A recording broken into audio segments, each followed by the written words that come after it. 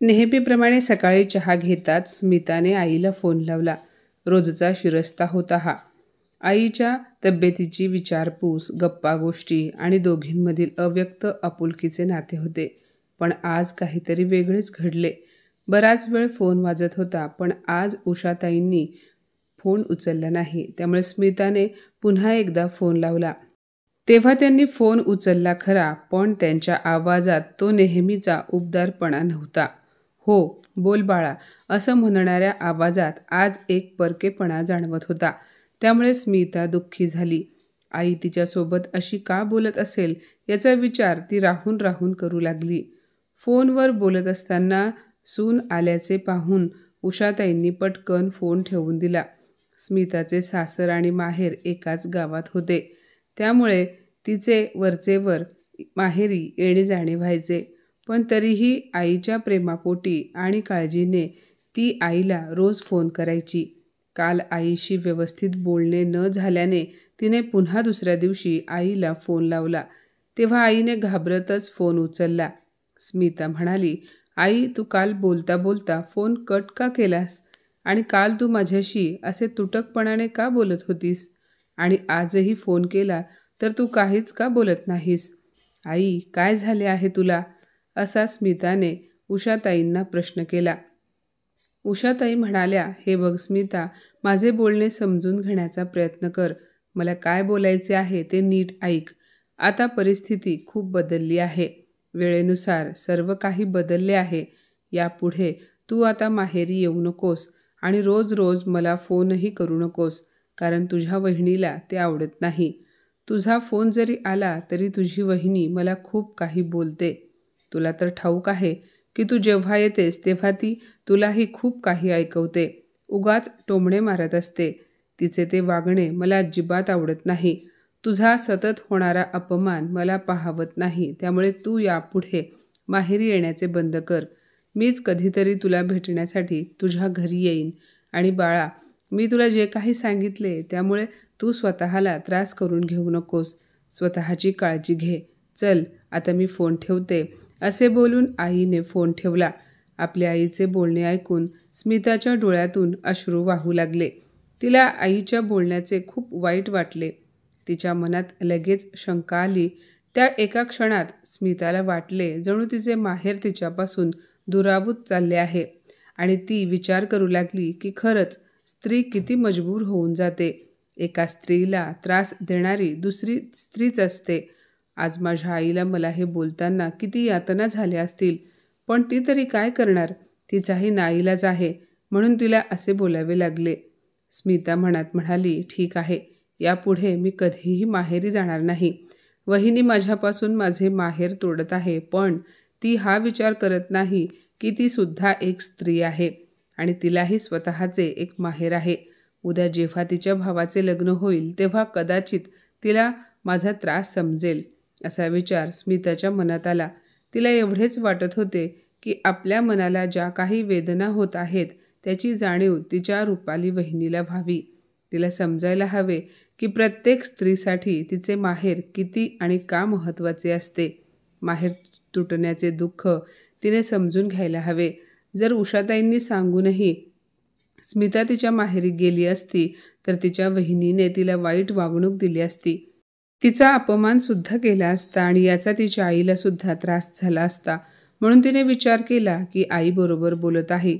आणि असेही मला काय हवे आहे? जरी मी माझ्या माहेरी नाही जाऊ शकले तरी मी माझ्या आईला बाहेर भेटू शकते किंवा तिला माझ्या घरी तरी बोलावू शकते. शेवटी काय, माझी आई मला भेटणे जास्त महत्त्वाचे आहे. त्यामुळे स्मिताने तिच्या मनाला कठोर केले आणि म्हणाली, "ठीक आहे, आता मी आईला दररोज फोन करणार नाही किंवा तिला भेटण्यासाठी माहेरी जाणार नाही." इकडे आपल्या मुलीला आपल्यापासून वेगळे करताना उषाताईंना देखील चांगले वाटत नव्हते. पण आता त्यांच्या घरातील संपूर्ण व्यवहार मुलाच्या आणि सुनेच्या हाती गेले होते. त्यांचा मुलगा संदीप देखील बायकोपुढे मजबूर होता. खरे तर संदीप नेहमी त्याच्या बायकोला समजावून सांगायचा की स्मिता माझी एकुलती एक बहीण आहे. हे जसे माझे घर आहे तसे तिचेही आहे. नवऱ्याचे बोलणे ऐकून रुपाली तेव्हा काही बोलत नव्हती, पण त्याच्या पाठीमागे मात्र ती तिला जे हवे तसेच वागायची. त्यामुळे शेवटी नाईलाजाने उषाताईंनी आपल्या मुलीला स्वतःहून आपला त्रास सांगितला होता आणि स्मिताने देखील काळजावर दगड ठेवून ती गोष्ट स्वीकारली होती की आता भावाच्या लग्नानंतर आणि बाबांच्या जाण्याने कदाचित तिचे माहेर संपुष्टात आले आहे. त्यामुळेच स्मिताने आता तिच्या माहेरी जाणे आणि आईला फोनवर बोलणे थोडेफार बंद केले होते. पण आईला बोलण्याची ओढ मात्र काही केल्या कमी होत नव्हती. स्मिता आता पूर्वीप्रमाणे आईला रोज फोन करत नव्हती, पण कधीतरी आईच्या तब्येतीची विचारपूस करण्यासाठी अधूनमधून फोन करायची. तेव्हा मोजक्याच शब्दात आईला बोलून फोन ठेवायची आणि याचे तिला खूप वाईट वाटायचे. स्मिता सतत आईच्या विचारात आणि माहेर तुटण्याच्या दुःखात असायची. एके दिवशी स्मिताचे मन खूप बेचैन झाले. त्यामुळे तिने आईला फोन केला आणि घरी भेटायला बोलावले. आईने दुसऱ्या दिवशी येण्याचे कबूल केले. आई उद्या आपल्याला भेटायला आपल्या घरी येणार म्हणून स्मिता खूप खुश होती. काय करू आणि काय नको अशी तिची अवस्था झाली होती. तिला त्या क्षणी आठवू लागले की या आधी जेव्हा ती माहेरी जायला निघायची तेव्हा आपल्या माहेरच्या माणसांना भेटायला मिळणार ह्या आनंदाने ती भारावून जायची. तिला आज आठवत होते की तिचे बाबा नेहमी म्हणायचे, हे घर माझ्या लेकीचे आहे. माझ्या लेकीच्या पावलांनी या घराला घर पण आले आहे. त्यामुळे घरातील तिचे स्थान कायम राहील. पण आज परिस्थिती इतकी कशी काय बदलत गेली कोणास ठाऊक की ती त्या घरासाठी कधी परकी झाली हे समजले देखील नाही. या घरातील तिचे अस्तित्व कधी संपले हे तिला जाणवले देखील नाही. स्मिताच्या आयुष्यात एक गोष्ट मात्र चांगली होती की तिचे सासरची मंडळी खूप चांगली होती. तिचे सासू सासरे तिच्यावर खूप प्रेम करत होते. तिचा नवरासुद्धा तिच्यावरून जीव ओवाळून टाकत होता. पण तरीही कोणत्याही मुलीला कितीही चांगले सासर मिळाले तरी देखील तिला तिचे माहेर प्रिय असते. पण जेव्हा तिच्यापासून तिचे माहेर हिरावून घेण्यात आले तेव्हा जे प्रेम तिला तिच्या आईकडून माहेरी आल्यावर मिळायचे ते कुठेतरी हरवल्यासारखे वाटत होते. शेवटी ती जड अंतःकरणाने उठली आणि घरातील कामे करू लागली. तिच्या मनात एक आनंदसुद्धा होता की आई उद्या आपल्या घरी येणार आहे. दुसऱ्या दिवशी सकाळी लवकर उठून सर्व कामे आवरून स्मिता आपल्या आईची वाट पाहू लागली. काही वेळाने तिची आई येत असताना तिच्या नजरेस पडली. स्मिताला आईची तब्येत नाजूक वाटत होती. बहुतेक मुलीचे माहेर तुटले ह्या कारणामुळे आई दुःखी झाली असावी. स्मिताला पाहून उषाताईंनी तिला घट्ट मिठी मारली आणि त्या रडू लागल्या. आईचे डोळे पुसत स्मिता म्हणाली, आई तू का रडत आहेस? तेव्हा उषाताई हात जोडून म्हणाल्या, स्मिता बाळा मला माफ कर. मी तुझ्यासाठी काहीच करू शकले नाही. अगं तुझे बाबा गेल्यापासून मी खूप एकटी पडली आहे त्या घरात. तू दररोज फोन करून माझी विचारपूस करत होतीस. तुझ्याशी 4 शब्द बोलल्यावर मला बरे वाटत होते. पण हे तुझ्या भावजाईला पटत नव्हते. तिला वाटायचे की तू माझे कान भरतेस. रुपाली तुझ्या भावाचे देखील ऐकत नाही. स्मिता अगं जर मी रुपालीसमोर माझे तोंड उघडले असते तर तिने मला एक दिवस देखील सुखाने जगू दिले नसते. माझा नाईलाज आहे. म्हातारपणी कसे दिवस पाहायला मिळत आहेत असे म्हणत उषाताई पुन्हा रडू लागल्या. तेव्हा आपल्या आईच्या डोळ्यातील अश्रू पुसत स्मिता पुढे म्हणाली, आई ये बरं इथे बसून घे. तिने आईला सोफ्यावर बसवले आणि वाकून नमस्कार केला. ती म्हणाली, आई मला आशीर्वाद दे जेणेकरून मला थोडीफार हिंमत मिळेल आणि मग मी हे सर्व सहन करू शकेन. असे बोलताना तिचा आवाजसुद्धा भारी झाला होता. ती पुढे म्हणाली, आई तू बस, मी तुझ्यासाठी चहा ठेवते. आईला भेटून स्मिताला खूप आनंद झाला होता. पण तरीही मनात कुठेतरी एक पोकळी निर्माण झाली होती.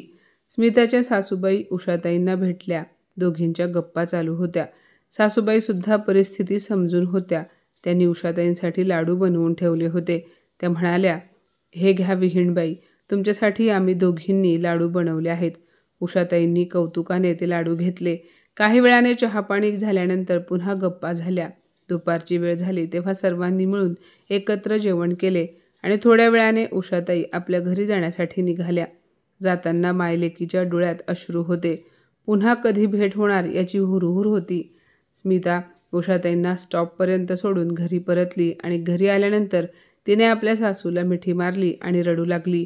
तेव्हा तिच्या सासूबाई तिला म्हणाल्या, हे बघ सुनबाई, वाईट वेळ प्रत्येकाच्या आयुष्यात येते, पण ज्याप्रमाणे चांगली वेळ राहत नाही तशीच वाईट वेळसुद्धा जास्त काळ राहत नाही.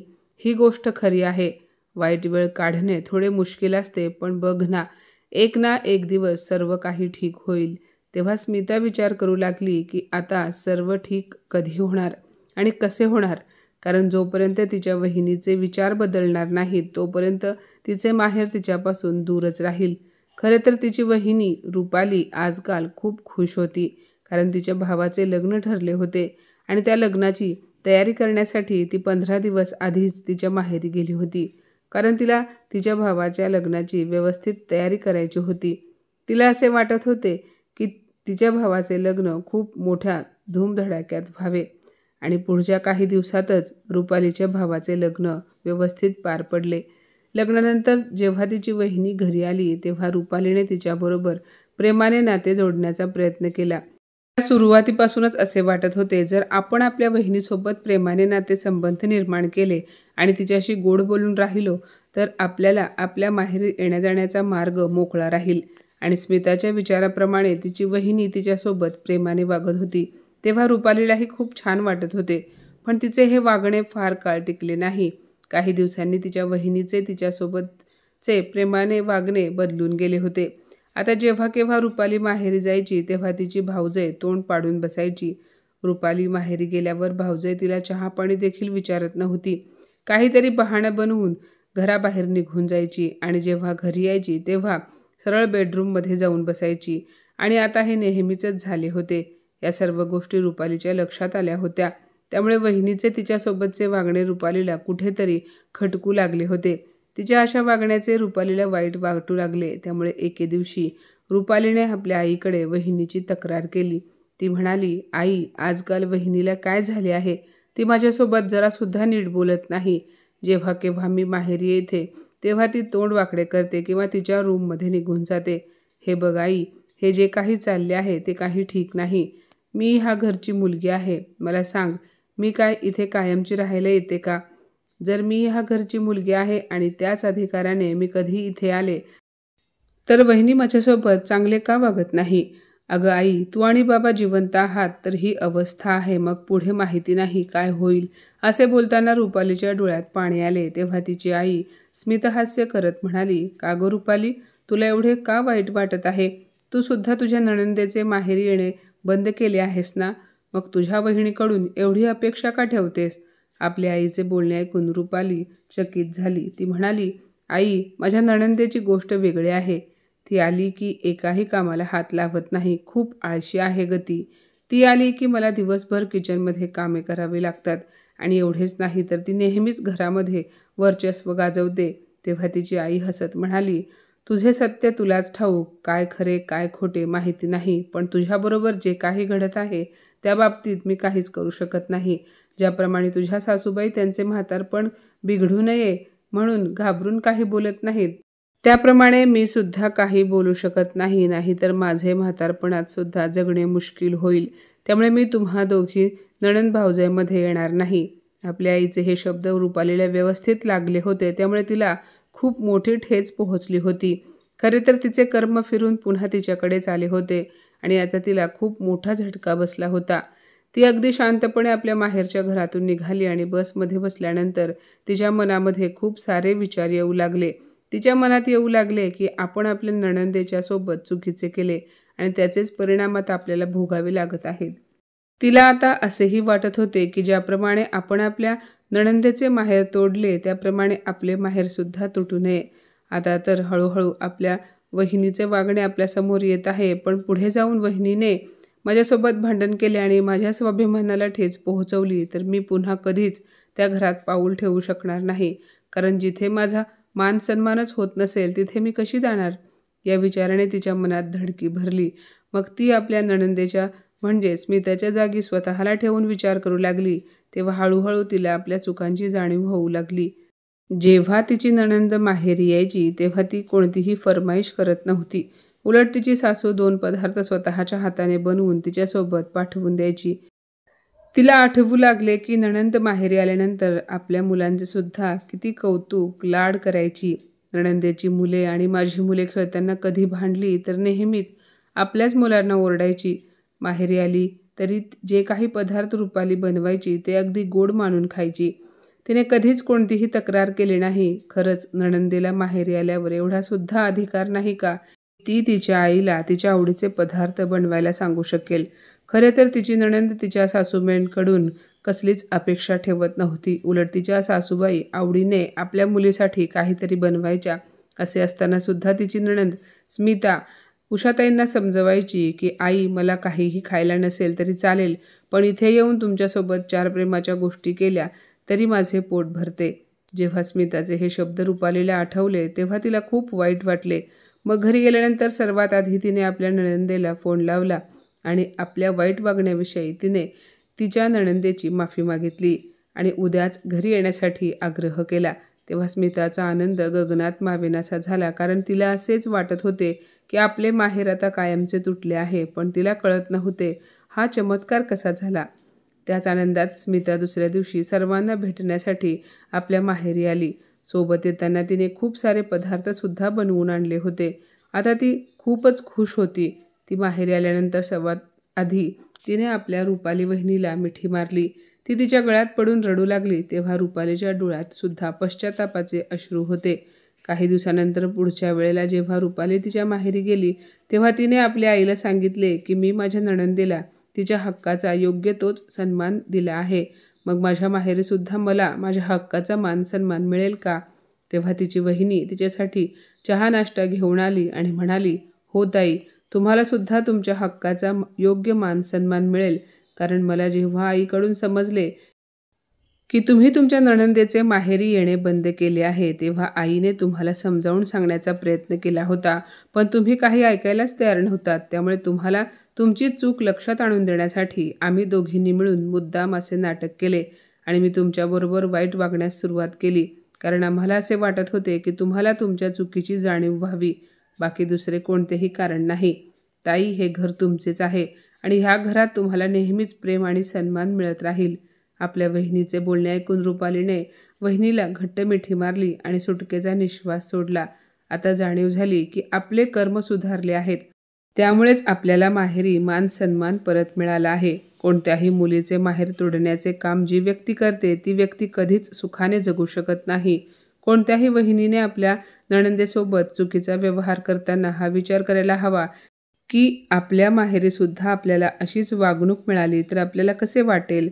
आपण जसे कर्म करू तसेच ते आपल्याकडे परत येत असते. त्यामुळे कर्म चांगले असले की सर्व काही चांगलेच घडते. तर माझ्या मित्रमैत्रिणींनो, आजची ही कथा तुम्हाला कशी वाटली कमेंटमध्ये नक्की सांगा आणि अशाच नवनवीन कथा ऐकण्यासाठी प्रज्ञा मराठी स्टोरीजला नक्की सबस्क्राईब करा. धन्यवाद.